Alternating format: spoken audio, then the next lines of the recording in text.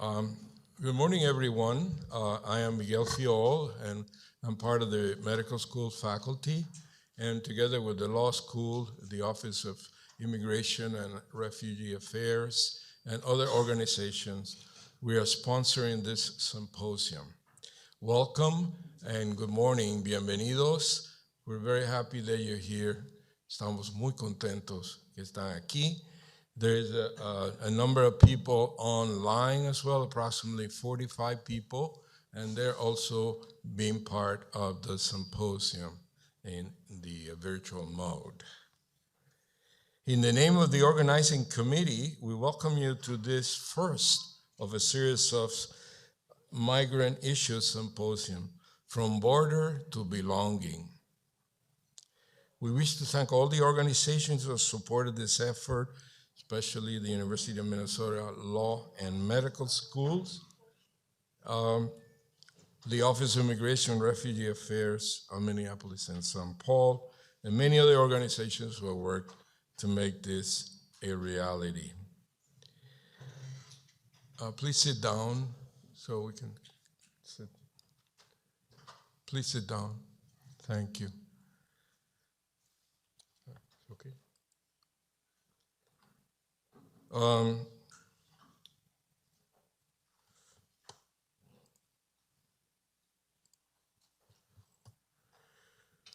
Today's news of U.S. Customs and Border Protection is reported to encounter migrants crossing the United States-Mexico border with their authorization 1.6 million, okay? 1.6 million times in the last year, 1.6 million crossers. And this is the highest number in history, surpassing the year 2000, 1.6 million people.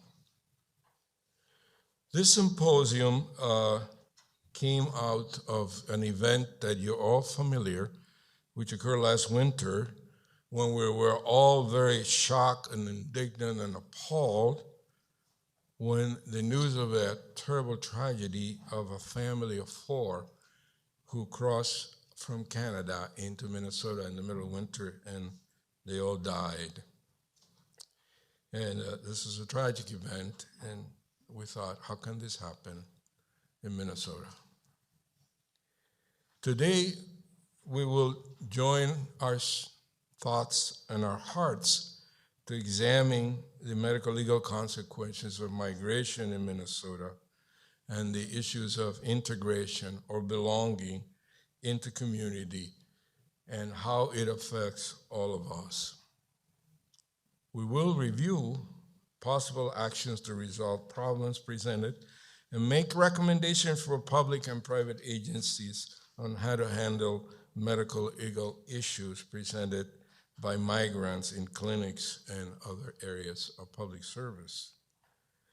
It will serve to prepare us, as all of us in the medical legal field in the future, and the world face more and more refugee issues. And also the tragic Ukrainian war has been raging, impacted all of us, and is likely to increase significantly the number of refugees Minnesota will receive.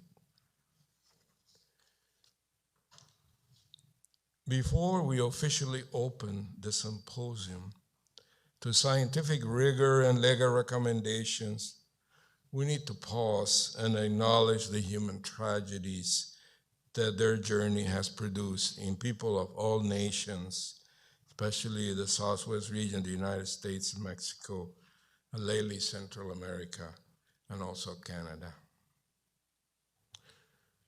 We have learned from conversations with many migrants, and in myself and others through our group serving the border and medical relief mission in a medical legal organization known as FALAM that you're familiar with.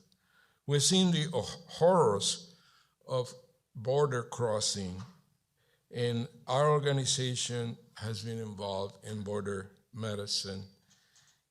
We've served in Puerto Rico, Honduras, and we are now involved or has helped the Ukrainian situation by providing medications through Falam and medical support and medical material. We have people from the Ukraine here who represent Ukrainian resistance. My friend Dr. Natalia, I think, may be in the audience or is in online. And she has been very involved with the Ukrainian resistance, and I'm sure she'll be able to share that. Stories are told when they are too painful. Stories are not told when they're too painful to bear witness. We do understand some of the reasons about the silence that accompanies the crossing experience for many. De eso no se habla. That we don't talk about. It's frequently said or implied. You lose your life, or if you don't, you lose your soul. That's what a young woman told me who agreed to speak on conditions of anonymity. Or I heard, La Frontera is the cemetery of the American dream. I'd like to read a very short poem about this issue because I think it's very important that we humanize the crossers. And to that, I think the symposium is moved towards. The poem reads, La Frontera Triste, the sad border.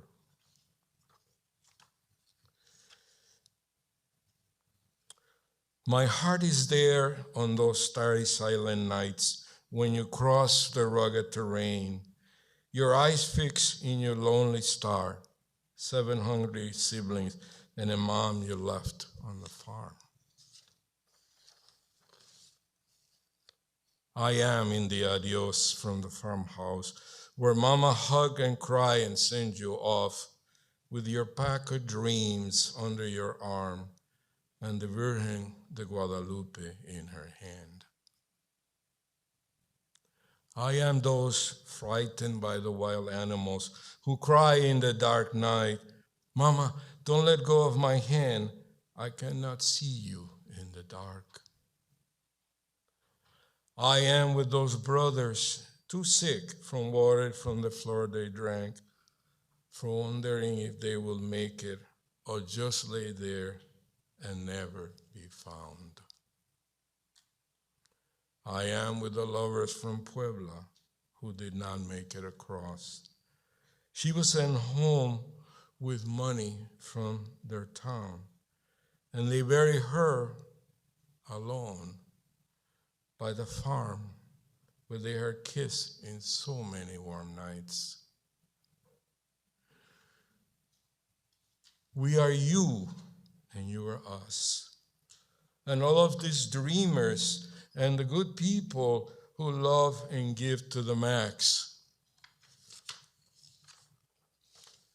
Today here, your brothers and sisters in a solidarity circle, join hands as your dreams become ours, as we remember those who dreamed but were lost once. Thank you.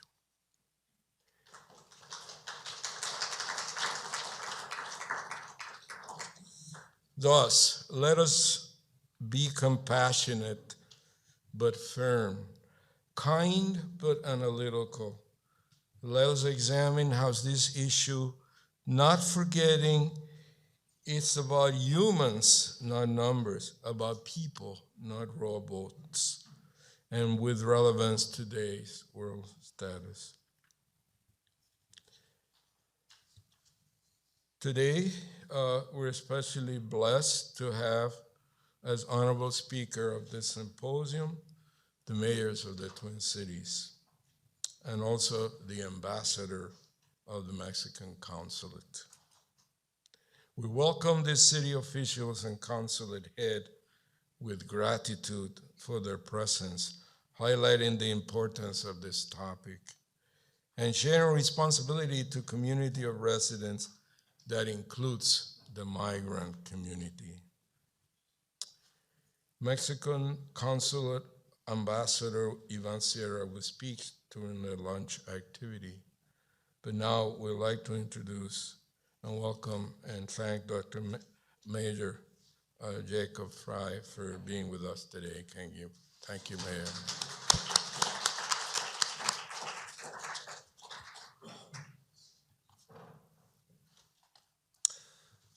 Buenos dias, good morning. Doctor, it is an honor here to be with you. Thank you for the kind introduction. And I'm so appreciative of the work that is happening today in this particular symposium, Triste, Frontera. The work that you are doing, the collaboration that will take place in this building today, the work around both health and legal benefits that we need to secure for people, regardless of their background, is so critical. And Doctor, you said something just a second ago, which was compassionate but firm, kind yet analytical. And what that says to me is that you need to have the mentality of helping from a moral perspective, and you need to have the pragmatism to figure out how to get the job done. It has to be both.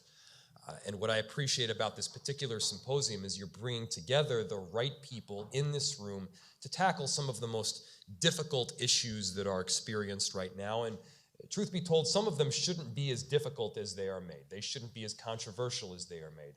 From a moral perspective, we have the obligation to help people that are in some of their most dire straits in life. We have the obligation to ensure that people are not set in these horrible predicaments where they are crossing the border without assistance, where they are setting themselves up because they don't have other options.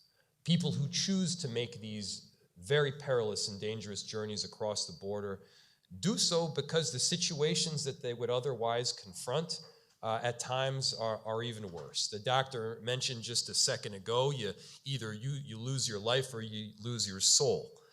And that is the dynamic that so many, especially coming up from our southern border, are experiencing every single day. And so one thing that I think is of really important note here is the way that we have set up our borders and the structure, the legal structure that impedes and prevents movement. Regardless of the underlying law, there have been decades, generations in the past where movement was made far more freely. And by the way, the movement was back and forth largely for work.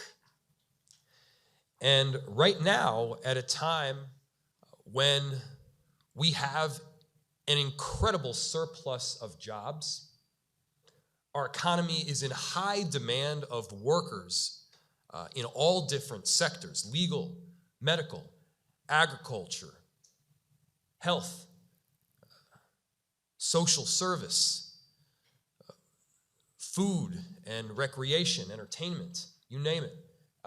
We are in need of people. People are a most vital asset. And if we impede the movement of people to do the work that we know that needs to take place, not only is that an immoral thing to do because we are setting people up for some horrible circumstances that is not humane, but we're also making a pretty hard hit on our entire economy. None of it makes sense. It doesn't make sense morally. It doesn't make sense financially. And we have so long relied on immigration and migration into and from the United States for our economy and for our social and cultural fabric of everything we do. In Minneapolis, there's over 63,000 people that were born outside of the United States. That's about 15% of our city's entire population. When you combine Minneapolis and St. Paul together, we're well over 100,000. It's larger than most other cities in the entire state combined in total. And the people who we are talking about have contributed so greatly to everything that we are and everything that we do here in our city. We need them. We need them. These are our neighbors, these are our friends, these are our family members, and we have every obligation to do, as the doctor said, which is to be compassionate and caring, yet analytical and deliberate. That's the work that you all here are doing right now. And I'll note that, in Minneapolis, we've been partnering with a number of different entities and jurisdictions through the extraordinary leadership of Michelle Rivero, who was our Director of Immigrant and Refugee Affairs. And what we've done is committed to a development of an immigrant and refugee community power, which is based on a document, which is the Journey to Belonging in the Twin Cities. It's a report. And this document offers some really important data about the power and contributions of non-U.S. born residents of our cities, and contains some really great recommendations, some goals, and some strategies. And by the way, that document, this work, it can always be added to. And so what I would ask of all of you, in addition to thanking you today, is to get specific and precise. If there are things that we can do at a city level that would benefit the health and welfare of people crossing the border, or of those who have already crossed, let us know. We want to help. And be specific so that it's not just some sort of philosophical conversation, but it's something that we can ultimately implement. I've found far too often we get stuck in the clouds and we never get to the action that takes place today and tomorrow. Let's really hit on that, and I think that will be incredibly helpful. We all have our stories. We all have our family stories as to how we immigrated to the United States, whether that was from the South in Mexico or from Eastern Europe. My family is Ashkenazi Jewish. They came over just prior to pogroms and the Holocaust, in some cases during. And they're from what is now Ukraine. And, as the story goes, my great-grandparents were very much in love, and they were meeting, and the families didn't like each other all that much. And so they were rendezvousing in secret. And one day, they decided to get their photograph taken, and the photographer took a photograph of them. And as the story goes, they were so good-looking that the photographer put the photo up in the window, and the whole town saw, and the family saw. They got really upset with him, and both of them left.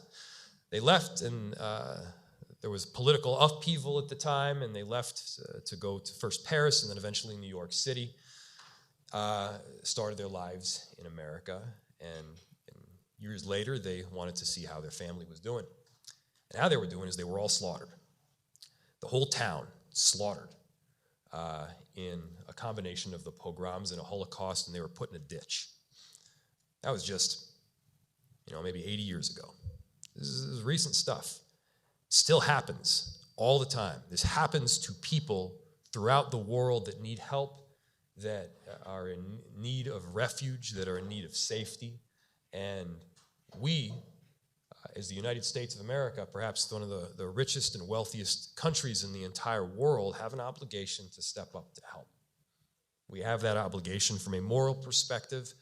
We have that obligation from an intellectual perspective, because this just makes sense in so many respects.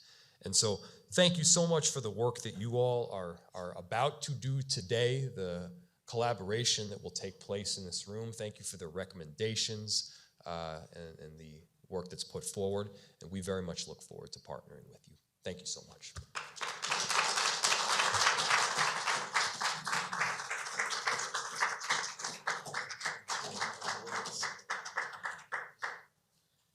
Thank you, Mayor Frey. I think you really laid the work for us, compassionate but analytical. And I think we'll proceed in those ways. Thank you very much. Now we have Mayor of St. Paul, who's going to be online and give us a salute. Welcome, Mayor Carter. We are going to show a video he recorded. Greetings. I'm St. Paul Mayor Melvin Carter, and welcome to the symposium La Triste Frontera, the Sad Border and the American Dream. Co-sponsored by St. Paul's Immigrant and Refugee Program, the Minneapolis Office of Immigrant and Refugee Affairs, the University of Minnesota Law School, the University of Minnesota Medical School, and the Frente Acción Latinx Minnesota Community Organization, Triste, Frontera brings together students and professionals to highlight the health impacts of irregular migration and how service providers can work with community and community organizations to support community well-being and empowerment. The Journey to Belonging in the Twin Cities Immigrant Inclusion Report, jointly developed by the City of St. Paul, the St. Paul Area Chamber of Commerce, Minneapolis, and the Minneapolis Regional Chamber of Commerce, details the importance of equitable access to health care, housing, and education for new residents, and how critical it is for all our communities that we drive that work forward.